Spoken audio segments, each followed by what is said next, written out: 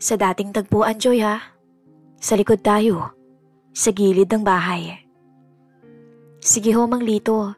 Pero papatulugin ko muna yung mga bata. Maligo ka na rin para fresh. Biro pa niya. Kayo talaga.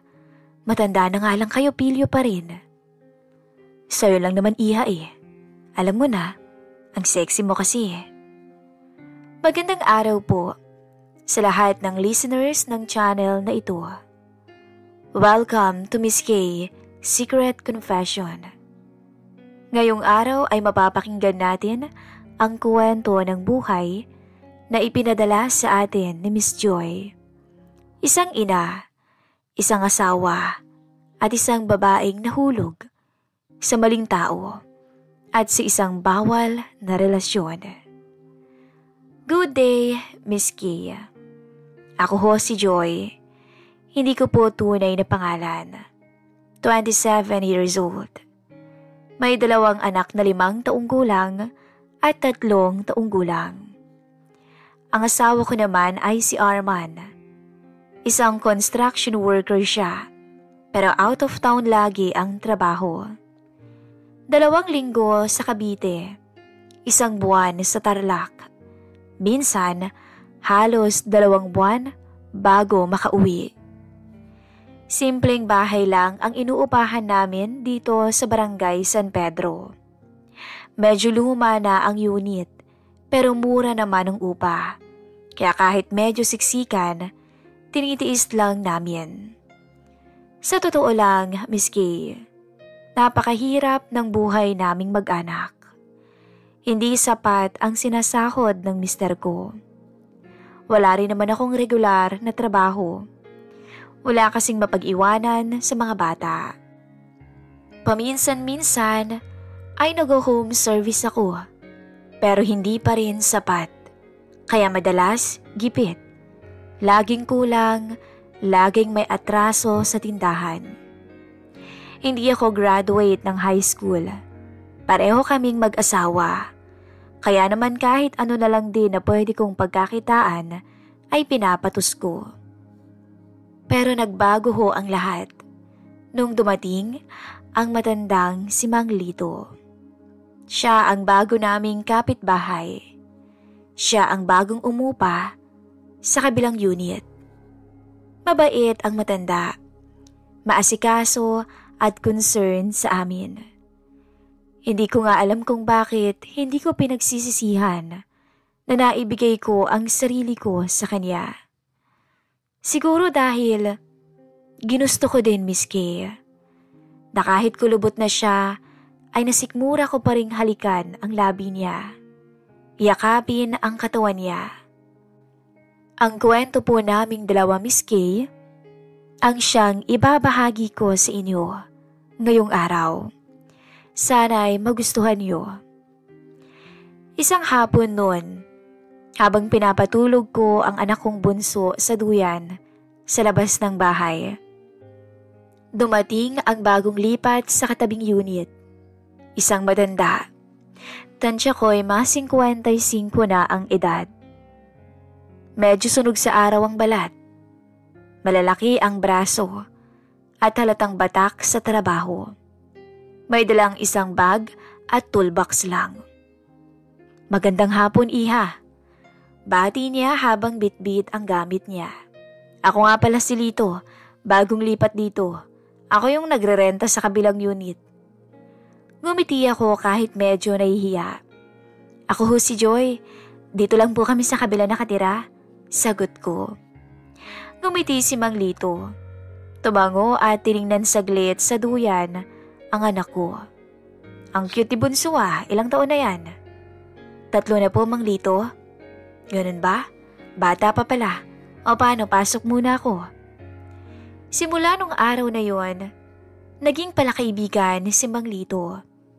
Tuwing umaga, pag lumalabas ako para magwalis, nasa labas na rin siya at nagkakape. Mahilig makipagkwentuhan ang matanda na siyang ayos naman sa akin dahil hindi na ako naiinip masyado sa bahay. Minsan, humihiram siya ng ilang gamit, katulad ng tabo, walis, kaldero. Minsan siya na ang nagtatapon ng mga basura naming mag-iina at nag-aasikaso sa ibang panlalaking gawain.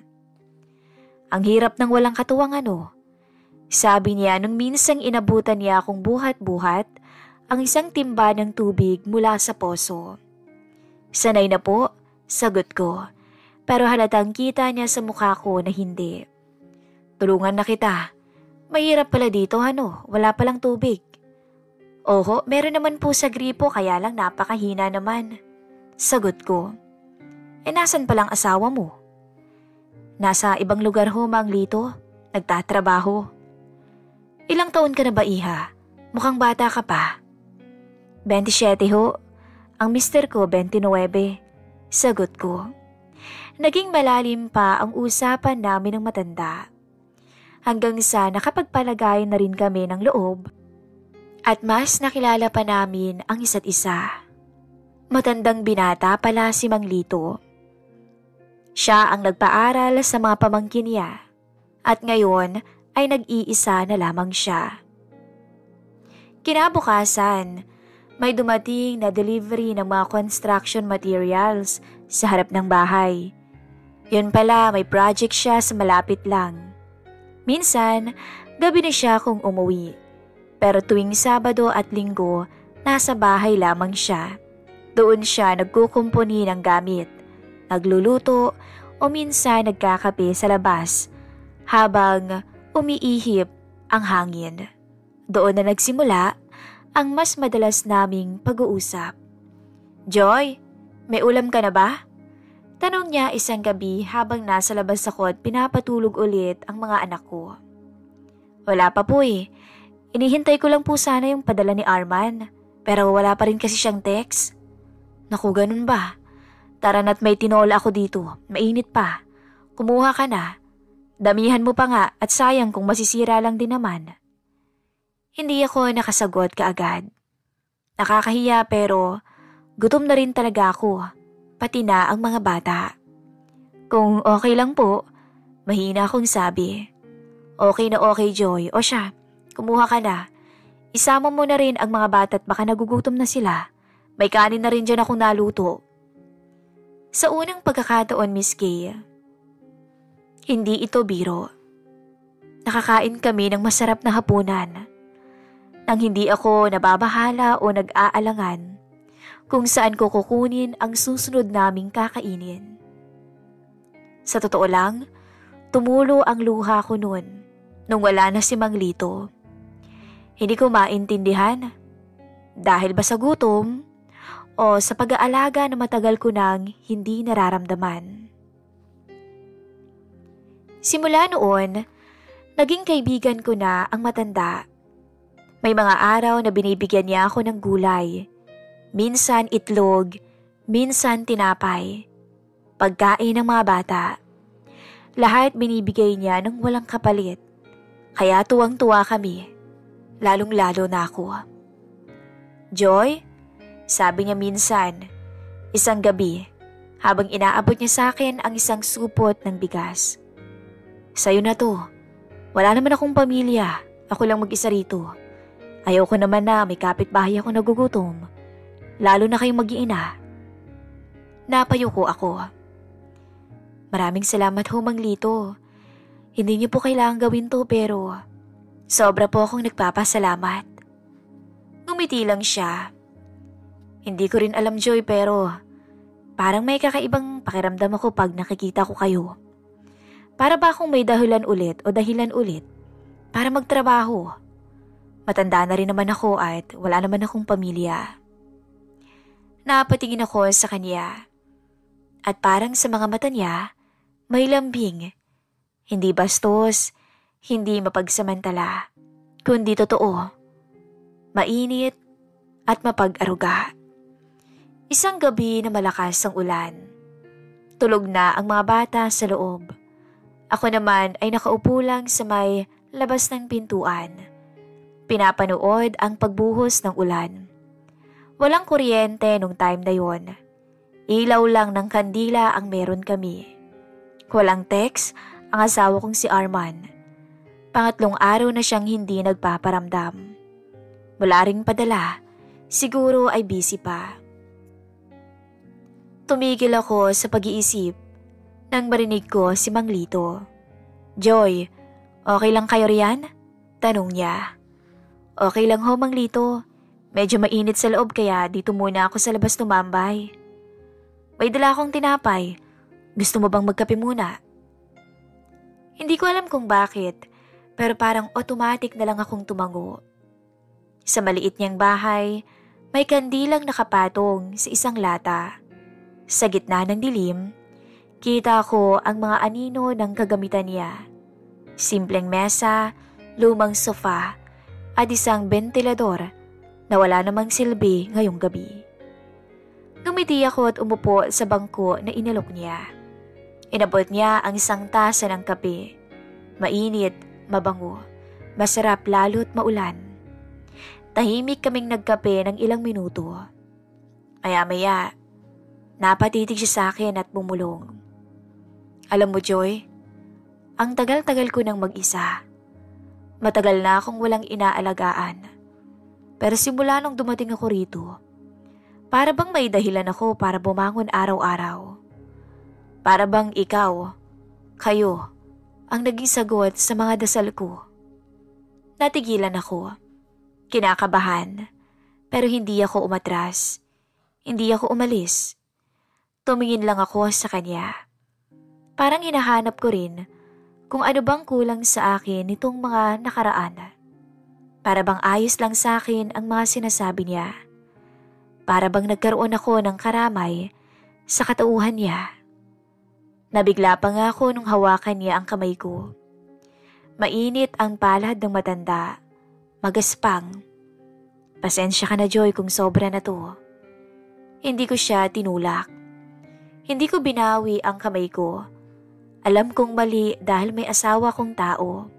Pero nang gabing yun, parang hindi ko na alam kung ano ba ang tama.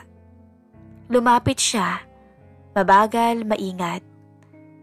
Walang pinilit. Hanggang sa maramdaman ko na lang miski ang labi niya sa noo ko. Bumaba sa pisngi ko.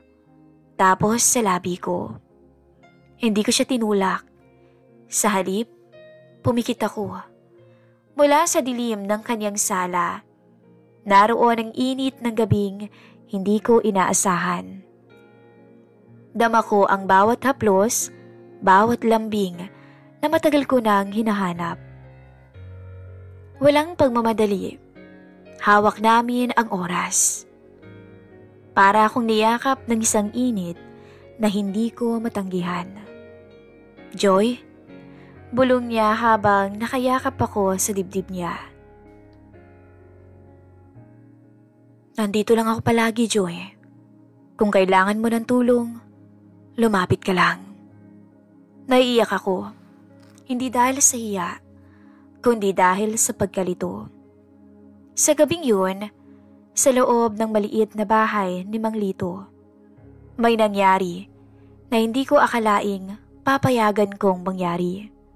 Sa sala niya, sa gitna ng dilim, sa ilalim ng ilaw ng kandila, doon ako pinaligaya ng matanda. At ang masakit, hindi ako nagsisi miski. Kinabukasan, maaga akong umuwi. Tahimik ang paligid, tulog pa ang mga bata. Naupo ako sa kama. Tinitigan ang sarili sa maliit na salamin na nakasabit sa pader. "Ano bang ginawa mo, Joy?" Bulong ko sa aking sarili. "Bakit mo pinayagan?" Pero, bakit parang ang gaan sa dibdib? Maya-maya nagring ang cellphone ko. Sa wakas si Arman, tumawag na din. "Pasensya ka na, hindi ako nakatext. Walang signal dito eh. Miss ko na kayo," ang sabi niya. Ngumiti ako. "Okay lang, mag-iingat ka. Miss ka na rin namin." Pero habang kausap ko siya, alam ko na may tinatago na akong lihim. Isang lihim na pinili ko. At sa puso ko, hindi ko alam kung dapat ko bang pagsisihan o ipagpasalamat. Simula ng gabing yon, nagbago ang lahat. Hindi kami nag-usap ng diretso kinabukasan. Pero sa bawat sulyap namin sa isa't isa, alam naming may nangyari na. At kahit walang kumpirmasyon, ramdam kong hindi pa iyon ang huli. Ilang araw pa ang lumipas, parang wala namang nagbago. Pero sa tuwing wala ang mga bata o pag nasa labas ako at naglalaba, palaging may presensya si Mang Lito. Tahimik lamang siya pero lagi siyang nandyan, parang bantay, parang kakampi. Joy, sabi niya nung minsang naglalaba ako sa may poso. Ako na magtitimba ha? Napatingin ako sa kanya at ngumiti. Okay lang po, sanay naman na ako eh. Sanay ka, pero pag nandito ako hindi pwede. Kailangan tulungan kita. Sayang ang ganda mo. Sexy pa. Hirit pa niyang biro sa akin. Namula ang pisngi ko. Dahil sa kauna-unahang pagkakataon, muli kong narinig na maganda pala ako. Tinitigan niya ako. Yung titig na hindi bastos. Pero ramdam kong may pag-aalala, may lambing, at syempre, may pagnanasa rin na hindi na niya maitatago. Kinagabihan, brown out ulit. Katulad nung gabi, may marahang katok sa pinto. Alam ko na agad kung sino. Binuksan ko. Tahimik lamang siyang nakatayo sa labas. Hawak ang isang kaldero na may lamang lugaw. Para sa inyo ng mga bata, sabi niya. Mainit yan. Maulan naman kaya masarap kumain ng lugaw. Ngumiti ako. Salamat Mang Lito. Bumaba ang tingin niya sa kamay ko habang kinukuha ang lalagyanan. Pwede ba akong pumasok? Bulong niya. Hindi ako sumagot agad, pero dahan-dahan akong tumango. Sa dilim ng sala, naupo kami sa gilid. Wala kaming masyadong sinabi. Tahimik lamang, maliban sa tunog ng ulan sa bubong. Maya-maya, naramdaman ko ang kamay niyang dahan-dahang humawak sa kamay ko. Hindi ako umatras. Alam kong mali to, Joy, bulong niya. Pero hindi ko itatanggi na ikaw ang nagpapasaya sa buhay ko ngayon. Tumulo ang luha ko. Ewan ko ba kung sa hiya, sa takot, o sa damdaming hindi ko na rin kayang itago. Yumakap lang ako sa kanya. Hindi ko rin maintindihan ang sarili ko. Pero Mang Lito, sa tuwing nandito ka, pakiramdam ko hindi na ako nag-iisa. At muli, nangyari ulit ang bawal. Tumungo kami sa gilid bahay, sa isang tagong bahagi, kung saan hindi kami makikita. At doon muli kong inalay ang sarili ko sa kanya. Hindi ko na idedetalye, Miss Kay, pero sapat nang malaman niyo ho na naibigay kong muli ang sarili ko sa kanya. Hindi na iyon minsan lang. Naging madalas na para bang nakakaadik. Minsan sa tanghali kapag tulog ang mga bata. Minsan naman sa madaling araw bago ako maglaba. Minsan isang tingin lang mula sa bintana. Alam na naming pareho kung anong ibig sabihin nun. Hindi kami nahuhuli. Wala ni isang ususero. Tahimik ang mga kapitbahay at marunong si Mang Lito. Marunong magtago, marunong umiwas sa iskandalo. Pero sa bawat araw na lumilipas, ramdam kong may hinihila ako palapit sa kanya.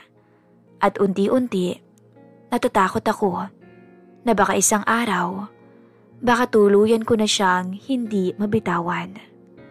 Isang araw, habang namamalengke ako, bigla kong nakasalubong ang kumpare ni Arman. O Joy, kumusta na? Si Arman matagal nang hindi umuwi ah. Ngumiti ako ng pilit. Oo nga meron daw silang project dun sa Davao. Yung katabi niyong unit. May matandang bagong lipat daw ah. Kumusta naman yun? Kinabahan ako. Si Mang Lito, mabait yun. Sabi ko, mag-iingat ka pa rin. Hindi lahat ng matanda mabagal kumilos. Umuwi akong may kaba. Pero sa puso ko, kahit alam kong dapat matakot, mas nangingibabaw ang init ng koneksyon naming dalawa. Kinagabihan, hindi kami nagkita. Pero may iniwang papel si Mang Lito sa may paso ng halaman. Hindi ko alam kung tama ba to pero bawat araw, ikaw lang ang laman ng isip ko. Hindi kita tinitingnan bilang kapitbahay. Tinitingnan na lamang kita bilang dahilan kung bakit ako araw-araw nabubuhay. Napapikit ako. Napaka-sweet talaga ng matanda. At sa puso ko, alam kong hindi ko lang siya tinanggap bilang tulong, bilang matandang laging tumutulong sa amin, kundi bilang isang lalaking unti-unting pinupunan ang mga pagkukulang sa buhay ko. Mula noong natanggap ko ang sulat ng matanda, hindi na naging pareho ang lahat. Ang bawat araw may kasama ng pananabik. Ang bawat gabi may kasama ng kaba. Hindi na rin kami gaya ng dati na tahimik lamang. Ngayon, palihim kaming nagkakasalubong ng tingin. Nagkakatinginan habang ako'y naglalaba o nagwawalis. At may mga tingin na parang laging may sinasabi. Mamaya ha, sa likod, sa dating tagpuan. Isang tanghali, mainit ang panahon. Tahimik ang buong paligid. Walang mga tao. May marahang katok sa likod ng bahay. Doon sa likurang pinto kung saan walang makakakita. Binuksan ko yun at si Mang Lito. Dahan-dahan siyang pumasok. Sinara ko ang pinto at sa mismong kusina sa gilid ng lababo, niyakap niya ako. Hindi ko na kaya. Bulong niya. Hindi lang naman ikaw eh. Sagot ko habang nakayakap sa kanya. Namiss kita.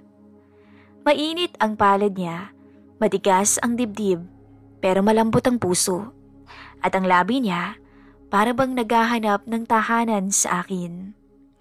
Sa katahimikan ng tanghaling tapat, doon ay muli kaming nagkasala. Pero hindi na ito kagaya ng una. Ngayon, punong-puno ng damdamin, hindi lang init, kundi pangungulila, takot at panganib, at paglalambing na matagal ko nang hindi nararamdaman sa sarili kong asawa.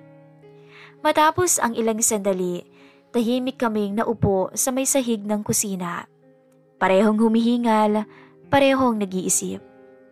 Joy, mahinang sabi ni Mang Lito, kung sakaling ayaw mo na at delikado na, handa akong umalis dahil ayokong masira ang pamilya mo. Umiling ako. Wala ka namang kailangang gawin. Akong may kasalanan. Ginusto ko rin naman to eh. Hindi siya sumagot. Hinawakan niya lamang ang kamay ko. Mahigpit.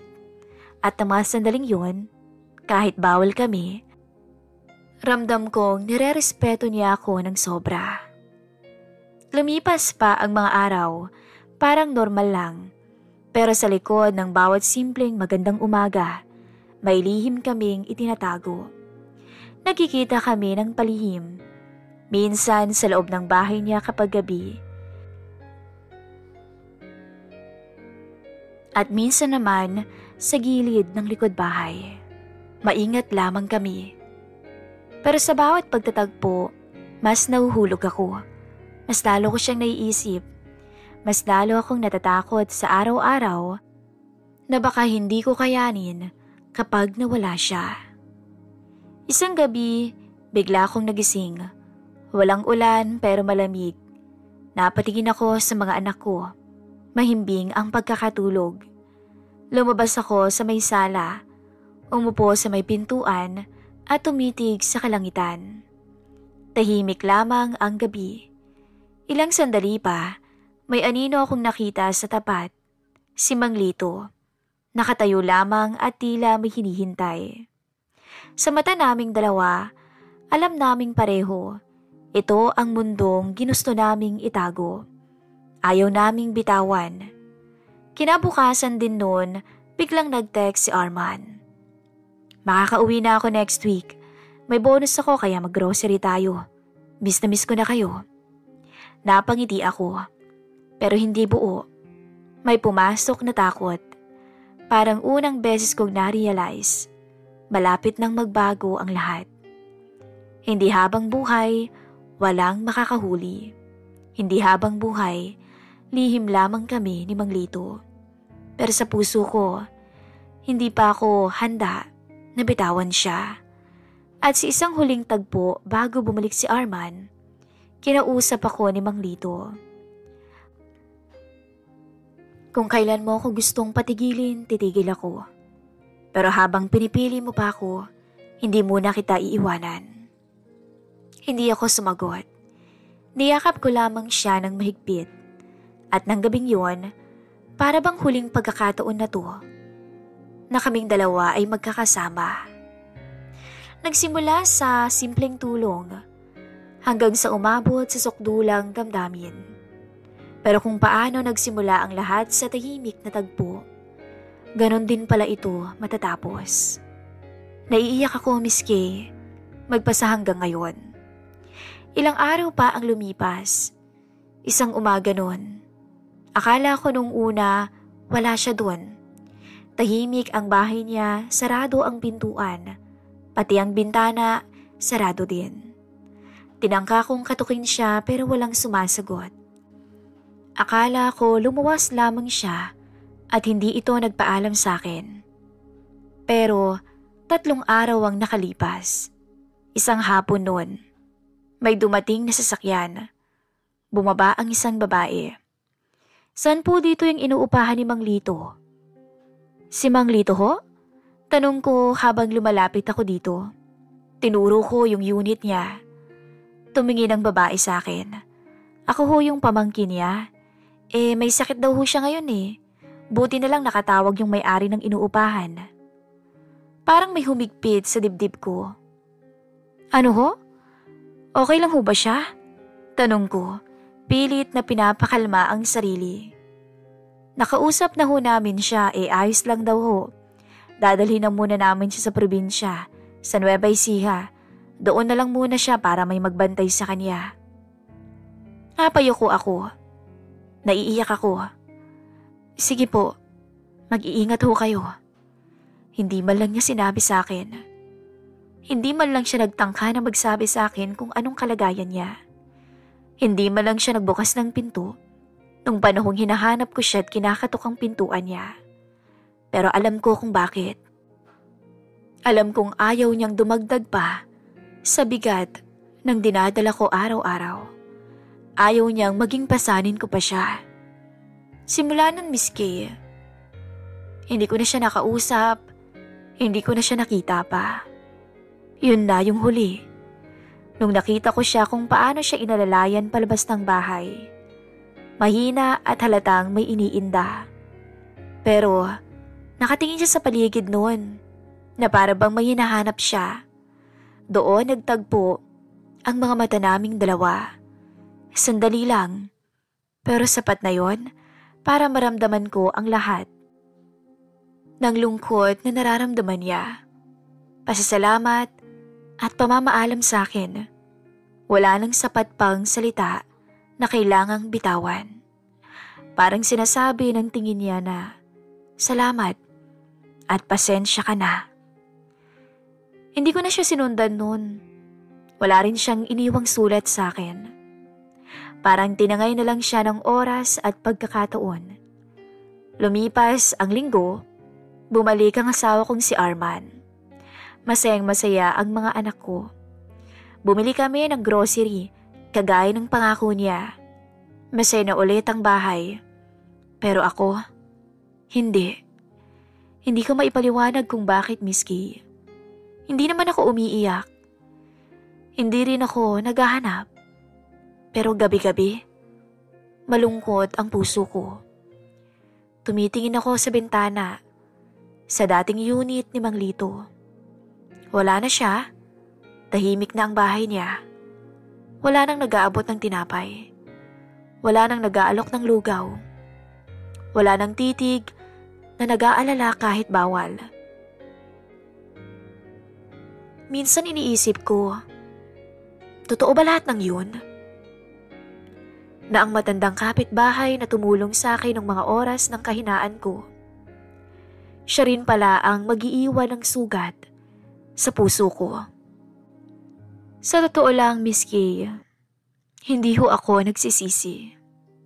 Hanggang ngayon, wala na ho akong balita kay Mang Lito.